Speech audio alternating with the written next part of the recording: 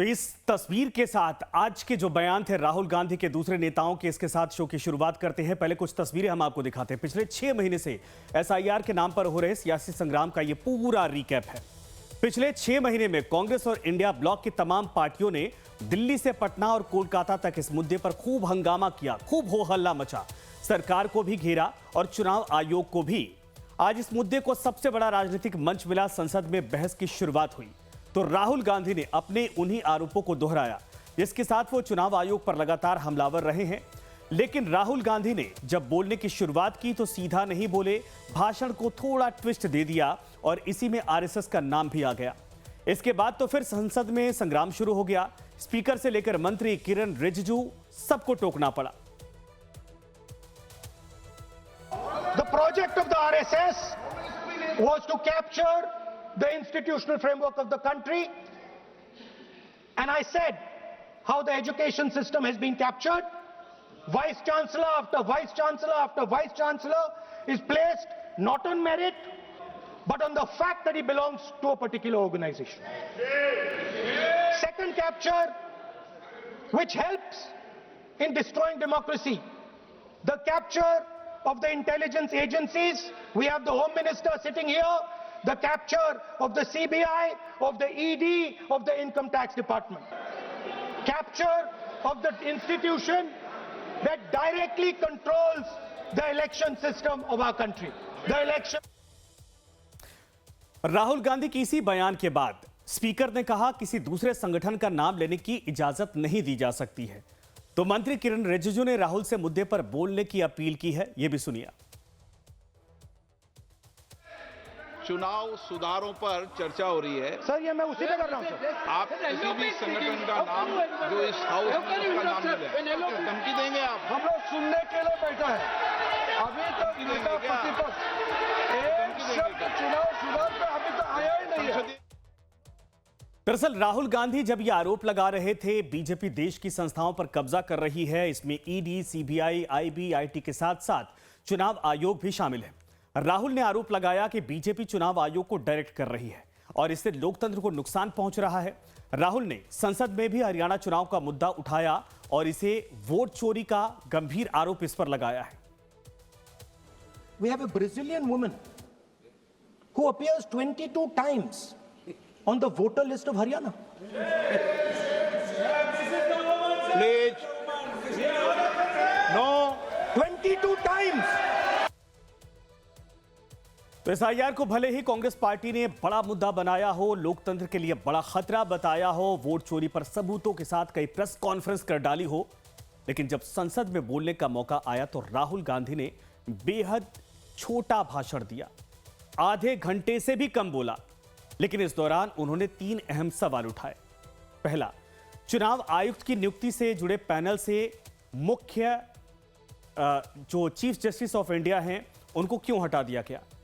ECI यानी election commission India को किसी भी कानूनी कार्रवाई से मुक्त करने वाला नियम क्यों बनाया गया, जिसके तहत चुनाव आयोग के किसी भी अधिकारी को उनके कार्यकाल में किए गए यानी लिए गए फैसलों के लिए सजा या कानूनी कार्रवाई से मुक्त रखा गया है, किसी दायरे में नहीं आते।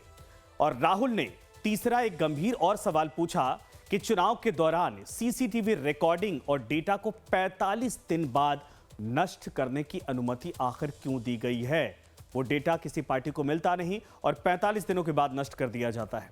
लेकिन इसमें भी सबसे बड़ा सवाल है चयन पैनल से सीजीआई को हटाना। आपको बता दें कि राहुल गांधी इस मुद्दे को इसी साल फरवरी महीने में बजट सत्र के दौरान भी उठा चुके हैं। इसमें मुद्दा यह है कि पहले चुनाव आयुक्त के चयन में प्रधानमंत्री, नेता विपक्ष और मुख्य न्यायाधीश शामिल हुआ करते थे। 3 लोगों का पैनल होता था, लेकिन 2023 में जो नया नियम बनाया गया उसमें मुख्य न्यायाधीश को यानी चीफ जस्टिस ऑफ इंडिया को हटा दिया गया और कमेटी में उनको हटाने के बाद गृह मंत्री को शामिल कर लिया गया, यानी सरकार के 2 हिस्से, प्रधानमंत्री और गृह मंत्री, एक विपक्ष का नेता। जिसके बाद राहुल का आरोप है कि वहां नेता विपक्ष के लिए कहने के लिए कुछ भी नहीं होता है। जो पीएम और गृह मंत्री की ओर से फैसला लिया जाएगा उसे मानना ही पड़ेगा, क्योंकि 2-1 का जो कहा जाए कि डोमिनेंसी होती है या 2-1 का जो वोट होता है उस आधार पर यह फैसला होता है। लेकिन अगर वहां चीफ जस्टिस ऑफ इंडिया होते तो एक चर्चा हो सकती थी मतभेद होते तो चर्चा बीच का न्यूट्रल निकलता और इन्हीं सब आरोपों के साथ राहुल गांधी लगातार वोट चोरी का मुद्दा उठा रहे हैं। जैसे आज के भाषण में उन्होंने सबसे बड़ा एंटी नेशनल यानी कि देश विरोधी काम भी बता दिया। लेकिन वोट चोरी पर जवाब देने के लिए उठे बीजेपी के निशिकांत दुबे ने 1971 की एक घटना का जिक्र किया है। सुनिए पहले ये। I'd like to conclude by saying that the biggest anti-national act you can do is vote chori. There is no bigger anti-national act that you can do than vote chori. Because when you destroy the vote, you destroy the fabric of this country. You destroy modern India, you destroy the idea of India. So I'd like to conclude by saying vote chori is an anti-national act, and those across the aisle are doing an anti-national act. Indira Gandhi ने इसी vote चोरी करके जब रायबरेली का चुनाव जीता और जब फैसला हुआ कोर्ट का, तो ऐसा सिचुएशन इस व्यक्ति ने पैदा किया, इस पार्टी ने पैदा किया कि आपको आश्चर्य होगा कि 3 जज को बाईपास करके एक ऐसे चीफ जस्टिस को बना दिया जो 8.5 साल तक इसका मुख्य न्यायाधीश रहा। प्रेस की पूरी स्वतंत्रता खत्म हो गई। इंडियन एक्सप्रेस के एडिटर रामनाथ गोयनका से लेकर सारे लोग जो कुछ को कहते थे, और यह केवल इस संविधान संशोधन में हुआ।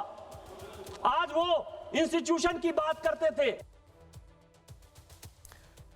लेकिन अब आगे बढ़ते हैं और सुनिए, जब कांग्रेस की ओर से एसआईआर पर बहस की शुरुआत की गई, कांग्रेस सांसद मनीष तिवारी ने मोर्चा संभाला और सीधे ईवीएम की बात करने लगे।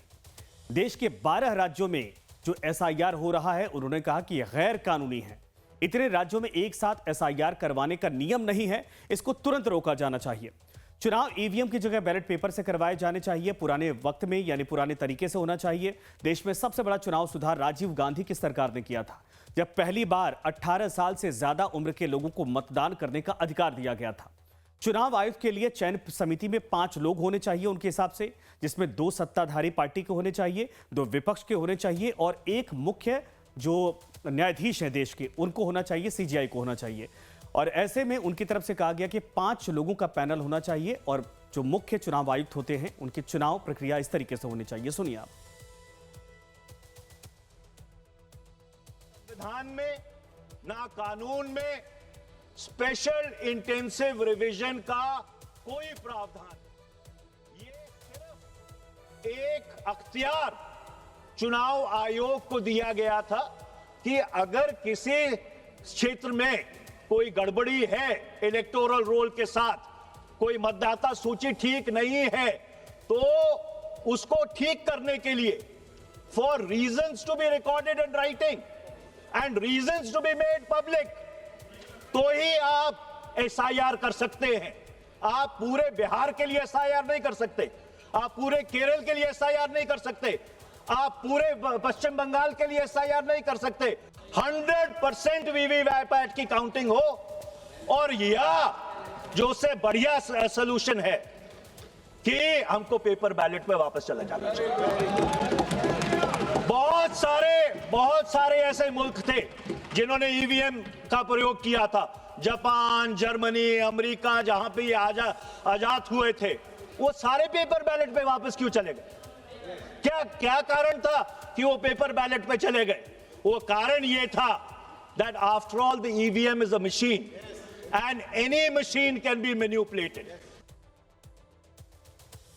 तो मनीष तिवारी के मुताबिक देश में सबसे बड़ा चुनाव सुधार दरअसल राजीव गांधी की सरकार ने किया था, जब पहली बार 18 साल से ज्यादा उम्र के लोगों को मतदान का अधिकार मिला। कांग्रेस के मनीष तिवारी ने कुछ देर बाद अखिलेश यादव बोलने के लिए उसके बाद खड़े हुए तो बिल्कुल संगठन के सहयोगी वाला धर्म निभाते दिखे।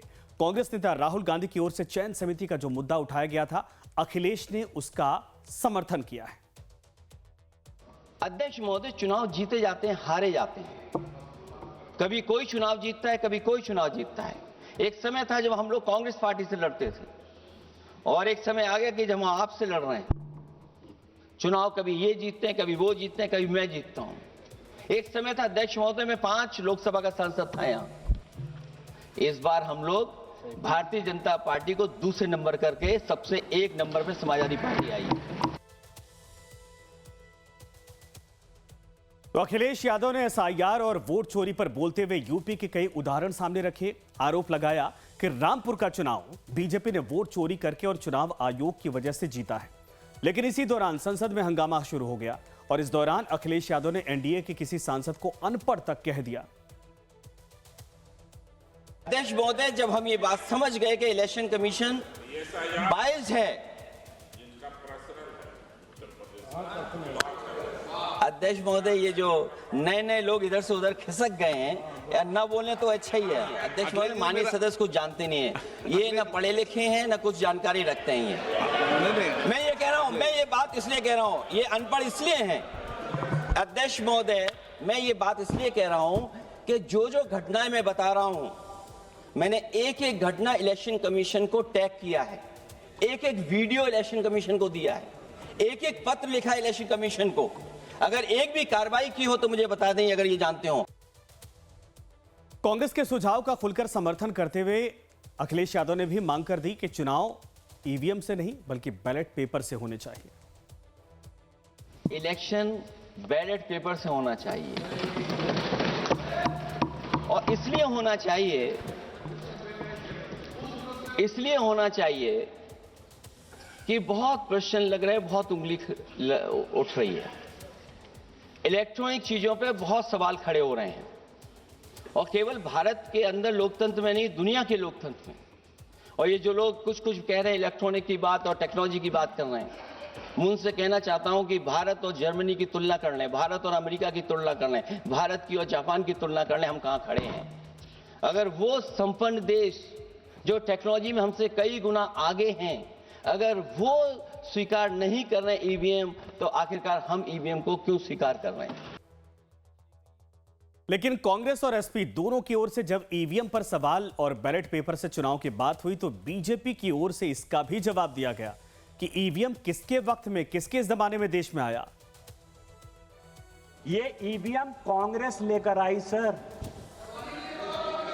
पहली बार ईवीएम, आपकी जानकारी के लिए 1987 में पायलट प्रोजेक्ट के नाते राजीव गांधी जी लेकर आए। ये ईवीएम की पूरी हिस्ट्री है।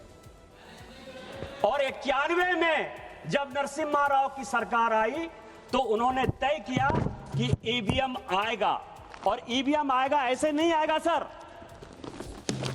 ये सारी रिपोर्ट है सर, ये रिपोर्ट है 1961 के सेलेक्ट कमेटी की, और ये रिपोर्ट है 1971 की सेलेक्ट कमेटी की। ये पूरे पार्लियामेंट को जानने वाली बात है। दोनों रिपोर्ट के अध्यक्ष जगन्नाथ राव कांग्रेसी थे, और जो 1971 की रिपोर्ट बनी उसमें एचआर गोखले जो कांग्रेस के लॉ मिनिस्टर थे, और दोनों रिपोर्ट में क्या कहा, दोनों रिपोर्ट में यह कहा कि एसआईआर की आवश्यकता है।